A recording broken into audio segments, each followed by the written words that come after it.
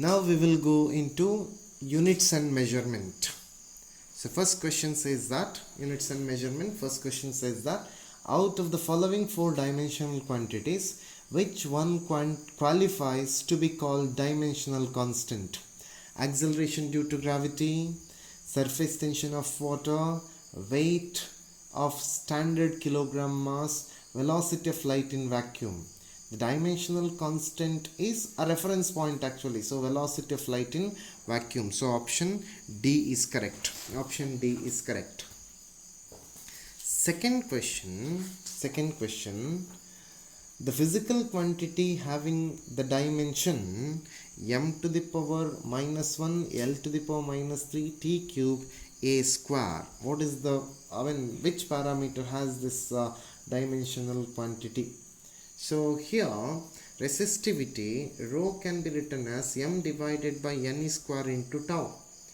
This becomes now m L cube A to the power minus 2 T to the power minus 3. That is m divided by it is L to the power minus 3 A T into T to the power minus T to the power 2 into T. So it becomes now m L cube A to the power minus 2 T to the power minus 3.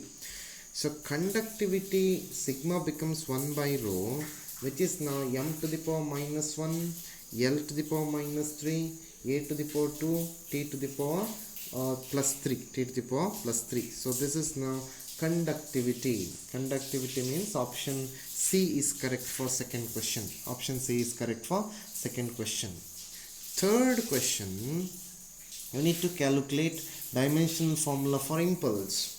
So impulse I is equal to force into time. Force into time. So it becomes now force m L T to the power minus 2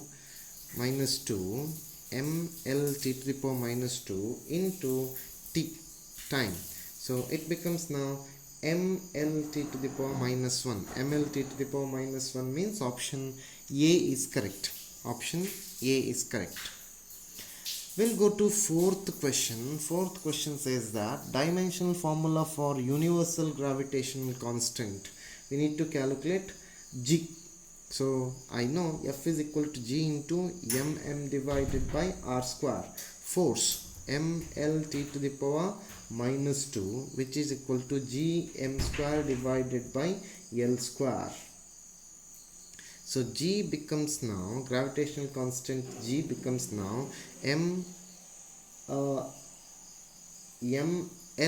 T to the power minus 2 divided by m square into L square.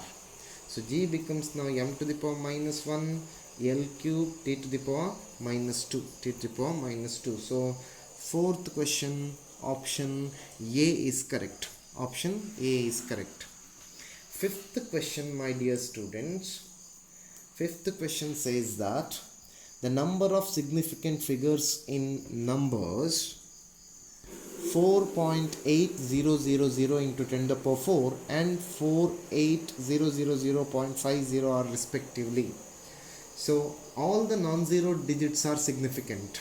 The trailing zero in a number with the decimal point are significant. Power of 10 is irrelevant for the determination of significant figures. That is why 4.8000 into 10 to the power 4 has 5 significant figure. All the non-zero digits are significant.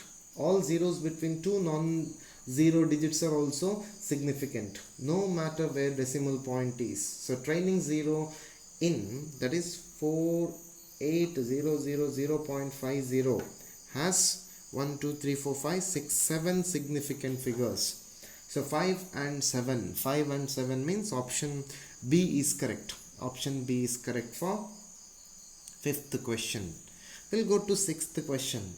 The dimension of resistance are same as that of dash, where H is Planck's constant, E is charge. So resistance R can be written as resistance R is equal to potential difference divided by current. So potential difference divided by current. So which implies resistance R becomes equal to m l square t to the power minus 3 a to the power minus 1 divided by a, which implies m l square t to the power minus 3 into a to the power minus 2. This is now dimension of resistance. Also